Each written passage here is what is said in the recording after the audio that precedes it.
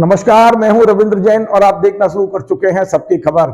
आज भोपाल के वरिष्ठ पत्रकार धर्मेंद्र पेगवान ने मुख्यमंत्री शिवराज सिंह जी चौहान को एक पत्र लिखा है और पत्र लिखकर एक बहुत महत्वपूर्ण विषय की ओर उनका ध्यान आकर्षित किया है। उनका ये कहना है कि महाकाल में जब हम दर्शन करने जाते हैं, एक शुद्ध भाव से जाते हैं, सात्विक भाव से जाते हैं, लेकिन महाकाल में हम लोग जो होटलों में रुकते हैं या रेस्टोरेंट में भोजन करते हैं, वो रेस्टोरेंट किसके हैं, वहाँ क्या बन रहा है, नाम क्या लिखा हुआ है और अंदर क्या है, ये तमाम सारी चीजें आज खुलासा किया है धर्मेंद्र पेगवाल जी ने और मुख्यमंत्री से मांग की है कि आप ये सुनिश्चित करें कि एक शाकाहारी व्यक्ति जब वहां जाए तो उसे शुद्ध शाकाहारी भोजन मिलना चाहिए। उसके पीछे कुछ ऐसा नहीं होना चाहिए जैसा कि धर्मेंद्र ने आशंका व्यक्त की है।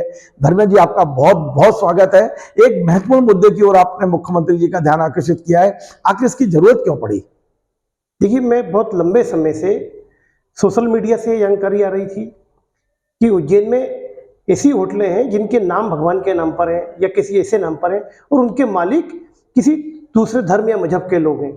लेकिन सरकार से जुड़े लोग, भारतीय जनता पार्टी के लोग, आरएसएस के लोग, बजरंग दल, विश्व हिंदू परिषद के लोग, ये सोशल मीडिया पर तो कैंपेन चला रहा है, लेकिन उनकी सरकार या उनके जो लोग जो जिम्मेदार हैं, जिन्हें जो निर्णय ले सकते हैं, वो बिल्कुल कोई इसको इस तरफ ध्यान नहीं दे रहा है, कोई कार्रवाई नहीं कर रहा है। आप देखिए, 2 दिन पहले उज्जैन में एक बहुत बड़ी घटना हुई है।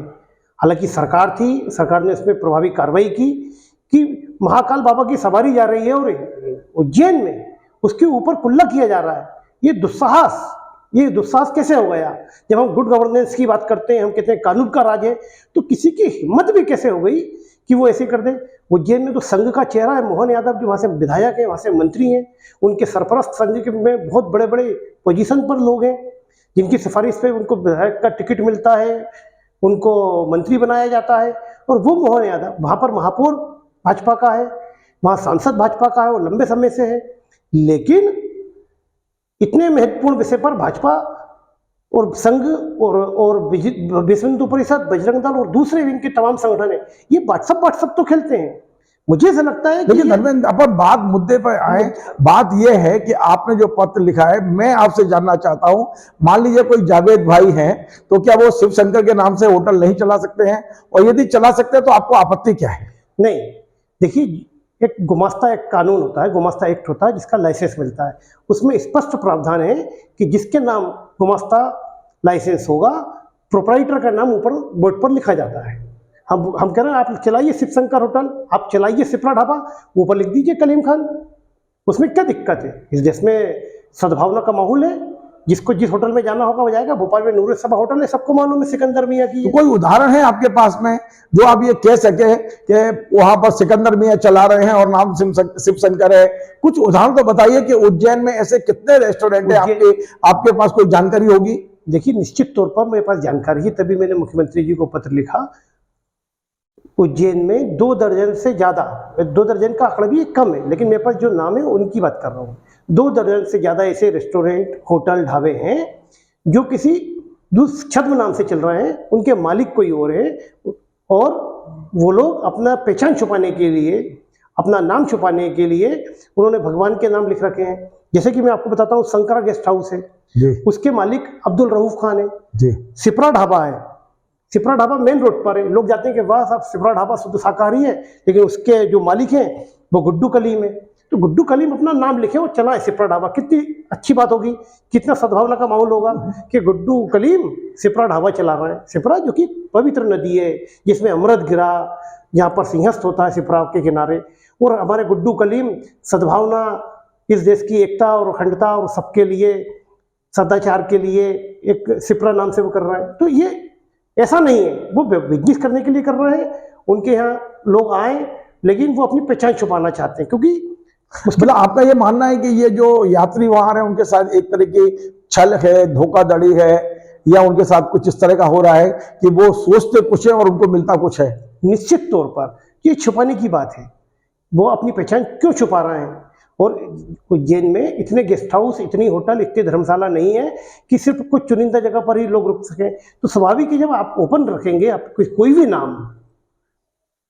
नाम हो, तो जिसको रुकने की जरूरत होगी, जिसको खाना खाना होगा, वो गुड्डू कलीम के यहाँ भी खाएगा, वो जावेद मियाँ के यहाँ भी खाना खाएगा, वो रऊफ भाई के यहाँ भी खाना खाएगा। भोपाल में हकीम होटल है या जमील होटल है, वहाँ सैकड़ों हिंदू भाई जाते हैं और खाना खाते हैं, तो लेकिन उनको मालूम है कि वो होटल किसकी है, तो उसे नाम छुपाने की कोई बात नहीं होनी चाहिए। किसकी होटल है और उस होटल पे मिलता क्या है ये भी पता है। हाँ, किसकी होटल है, तो बहुत सारी हिंदू समाज में बहुत सारी ऐसी जातियां हैं जो कि नॉनवेज खाती हैं, तो उससे कोई परहेज नहीं है कि जिसको नॉनवेज खाना वो खाए, लेकिन किसी चीज को छुपाना अपराध तो क्या धर्मेंद्र भाई आपको ऐसा लगता है कि वहां जो जावेद भाई छिपरा होटल चलाते हैं या सिकंदर भाई जो भी नाम हो, मुझे नाम से वो नहीं है, या कोई शिवशंकर होटल चलाता है, वो शुद्ध शाकाहारी के नाम से कुछ अन्य चीज खिला सकता है? क्योंकि आपने लिखा है हलाल, हलाल शब्द का उपयोग आपने इसमें अपने पत्र में किया है। आप कैसे कह सकते हैं यदि उन्होंने लिखा हुआ है शुद्ध शाकाहारी तो वहां हलाल कैसे हो सकता है? देखिए, जो इस आदमी की शुरुआत ही झूठ पर हुई है, जिसकी बुनियाद झूठ पर पड़ी है, उसमें मैंने आशंका व्यक्त की है। जब मैंने देखा टीवी कैमरों पर, मेरे आप जैसे जो बड़े भाई लोग हैं, मित्र हैं, जिन्होंने टीवी पर अपने यूट्यूब चैनल्स पर दिखाया कि महाकाल की सवारी पर लोग ऊपर से कुल्ला कर रहे हैं उस जुलूस पर, उस धार्मिक जुलूस पर, तो जब तो बंद किचन में वो लोग क्या नहीं कर सकते, और जब वो अपना सच छुपा रहे हैं, सच क्यों छुपा रहे हैं, वो अपना नाम लिखें और अपना बिजनेस करें, स्वतंत्रता है जिसमें सभी को सब प्रकार। मैं एक अंतिम सवाल आपसे पूछना चाहता हूं, अंततः सरकार को क्या करना चाहिए और इसमें कानून कहाँ वादा आता है? यदि कानून के अनुसार, मतलब आप टोटल कुल मिला के एक लाइन में यदि हम कहें कि इस मुद्दे पे राज्य सरकार को या उज्जैन जिला प्रशासन को मूलतः कौन से 2 या 3 जो आप चाहते हैं ये कदम उठाना चाहिए, जो आपकी मांग भी है?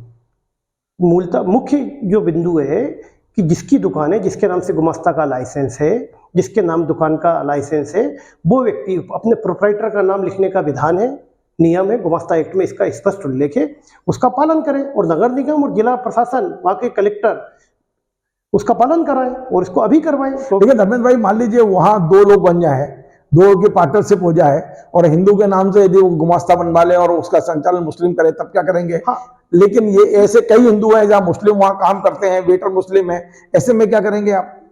नहीं, मेरा मुद्दा या मेरा विषय या मेरी भावना हिंदू मुस्लिम करने की नहीं है। मेरी बात सच और झूठ की है कि आप किसी पहचान छुपाने की बात है। मैं धर्मेंद्र पेगवार हूँ, मैं हिंदू सब समिति से जुड़ा हूँ, मेरा पेशा पत्रकार, मूल पेशा मेरा पत्रकारिता है, लेकिन मैंने पत्रकार होने के का उसमें जिक्र नहीं किया। मैंने इसलिए किया कि मैं सामाजिक संगठनों से जुड़ा हूँ, मेरी कुछ सामाजिक जिम्मेदारियां हैं, और ऐसे संगठन जो सत्ता में भागीदार हैं वो इतने संवेदनशील मुद्दों पर चुप बैठे हैं। वो वायरल तो कर रहे हैं लेकिन चुपके चुपके कर रहे हैं कि उनको सिर्फ इसका चुनावी फायदा हो। हम काम नहीं करेंगे, आपकी भावना भड़काएंगे, हम आपको डराएंगे, वोट लेंगे, लेकिन हम शासन सरकार की जब बात आएगी तो हम चुप बैठ जाएंगे।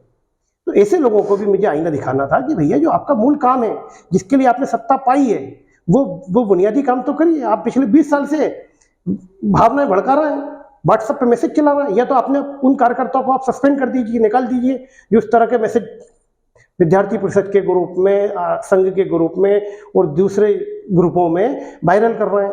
आप उनको पाबंद कर दीजिए कि नहीं, इस तरह का कोई मैसेज नहीं चलेगा, स्वतंत्रता है सबको, कोई भी बिजनेस करे, किसी भी नाम से करे, लेकिन आप उनको रोक नहीं रहे हैं। तो ये डबल स्टैंडर्ड है। डबल स्टैंडर्ड कहीं भी इस देश में नहीं चलना चाहिए। चलिए, आप तो कॉमन सिविल कोड की बात करते हैं, जी जी, यूसीसी पर प्रधानमंत्री बोल रहे हैं, पूरे देश में बहस चली हुई है, तो कौन सा कॉमन सिविल कोड? आप अपने सत्ताधारी राज्य में तो कॉमन सिविल कोड लाइए। जी जी, चलिए, तो ये धर्मेंद्र जी थे और इनका कहना है, ये वरिष्ठ पत्रकार भी हैं, ये हिंदू उत्सव समिति के लाइव मेंबर भी हैं भोपाल में। इनका कहना था कि केवल आने वाले यात्री को इस बात का ज्ञान होना चाहिए कि वो जिस जगह भोजन कर रहा है उसका मालिक कौन है, किस धर्म से आता है और उससे हम क्या अपेक्षा कर सकते हैं। ये साफ साफ इनका मानना है कि जो संस्थाएं, हिंदूवादी संस्थाएं इस बात को सोशल मीडिया पे ला रही हैं, या तो उस पर लाना बंद करें, और यदि उस पर ला रहे हैं तो फिर प्रशासन और प्रशासन की जिम्मेदारी बनती है कि जो गुमास्ता कानून है उसको सख्ती से लागू कराया जाए। हमारा ये कार्यक्रम आपको पसंद आए तो शेयर करें, लाइक करें, कमेंट करें, और आपसे बार बार निवेदन है हमारे इस चैनल को सब्सक्राइब अवश्य करें। धन्यवाद।